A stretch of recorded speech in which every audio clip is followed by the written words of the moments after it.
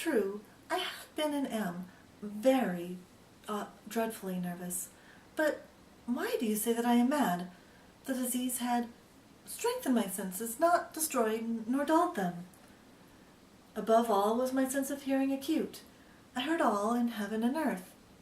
How then am I mad?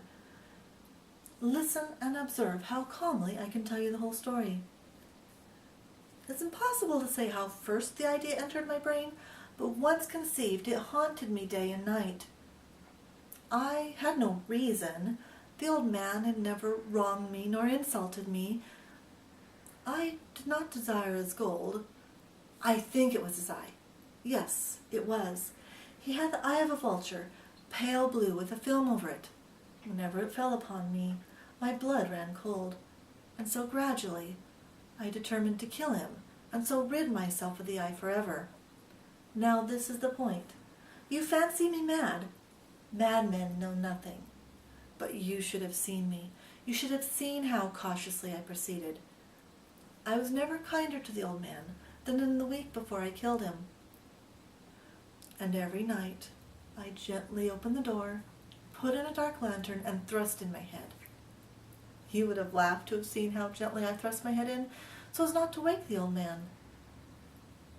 And then I opened the lantern so that a single dim ray would fall upon the eye. I did this for 7 long nights, but his eye was always closed, and so I could not do the deed, for it's not the old man who vexed me, but his evil eye. And every morning, when the sun arose, I'd enter his chamber and heartily inquire as to how his night had been. Upon the 8th night, I was more than usually cautious upon entering his room. A watch's minute hand moves quicker than did mine. I could scarce contain my feelings of triumph. To think that here I was, opening his door little by little, and he not even to dream of my secret deeds or thoughts. I chuckled at the idea, and perhaps he heard me, for he startled on the bed. Now, you may think that I stopped, but no. His room was black as pitch with thick darkness. I knew he could not see the opening of the door, so I continued to push steadily. When my head was full in the room, I determined to open the lantern, but my thumb slipped upon the tin, and the old man sat up in bed, startled, crying out, "Who's there?" I kept quite still and said nothing. For a whole hour I did not move a muscle, and the old man kept sitting up, still listening. Presently I heard a low groan, a stifled sound of terror. I knew what he felt, and I pitied him. Although I chuckled at heart, I knew that he had been lying awake ever since that first slight sound startled him. He had been trying to comfort himself with suppositions such as, "It's only the wind in the chimney," but it was all in vain, for death's dark shadow stalked him and enveloped him and caused him to feel the presence of my head in the room. When I had waited quite a while, patiently, I determined to open a very little crevice in the lantern. So I opened it. You cannot imagine how steadily, until at length a single dim ray shot out and fell full upon his eye. It was wide open, and I grew furious as I gazed upon it. I saw it in perfect distinctness. Pale blue, with a veil over it, made my marrow, my bones, cold. And have I not told you that what you mistake for madness is but an over-acuteness of the senses? I tell you now that there came to my ears a low, dull, quick sound. Tick-tick, tick-tick. I knew that sound well. It was the sound of the beating of the old man's heart. It increased my fury, but even yet I refrained and kept still. Meantime, the hellish tattoo of the heart increased. Tick-tick, tick-tick. It grew louder and quicker every minute. Boom, boom, boom, boom. The old man's terror must have been extreme, and now, at the dead hour of the night, amid the dreadful silence of the house. So strange a sound as this excited me to uncontrollable terror. Yet, for some minutes, I refrained and kept still. But still, the beating of the heart continued louder and louder. Boom, boom, boom, boom. I thought the old man's heart must burst. And now, a new anxiety seized me. A neighbor would hear the noise. With a loud yell, I opened the lantern and leapt into the room. He shrieked once, only once.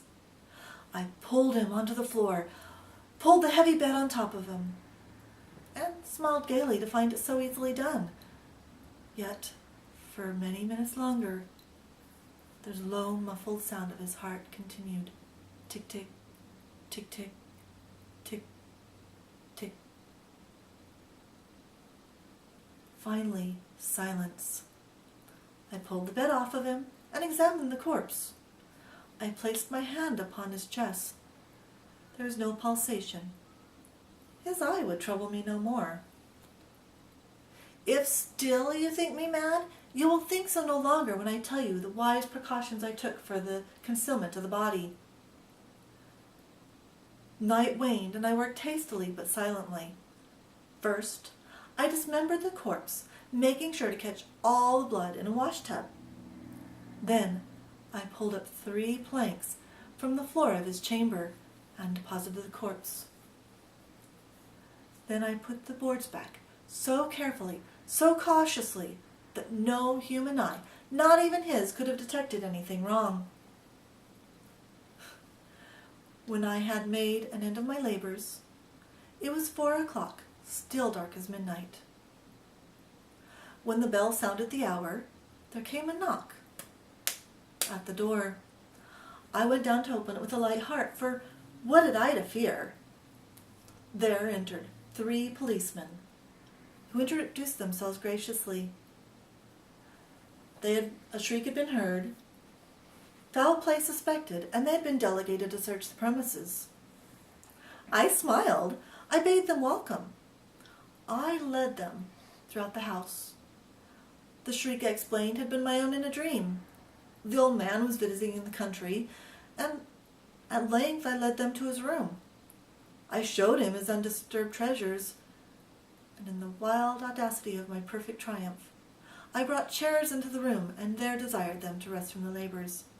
In my confidence, I placed my chairs upon the very spot where reposed the corpse of the victim. The officers were satisfied. My manner had convinced them. I was at ease. We sat and chatted of familiar things. Ere long, I felt myself getting pale and wished them gone.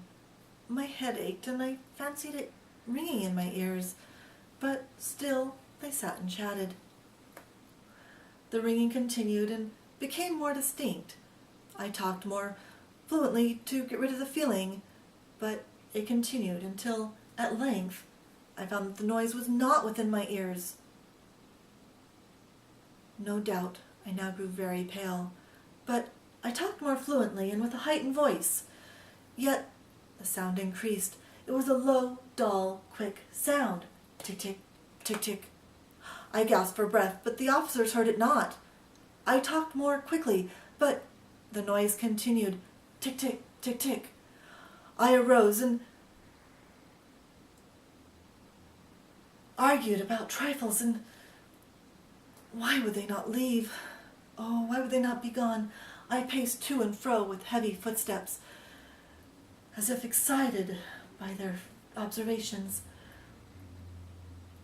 Still, the noise increased steadily. Boom, boom, boom, boom. Oh, what was I going to do? I swung the chair and it grated across the floor. But the noise continued. It increased steadily. Boom, boom, boom, boom.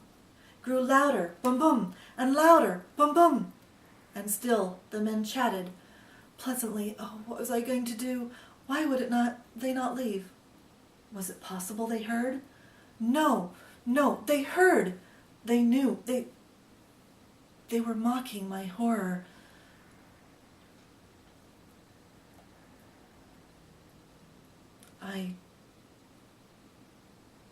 Anything was better than this.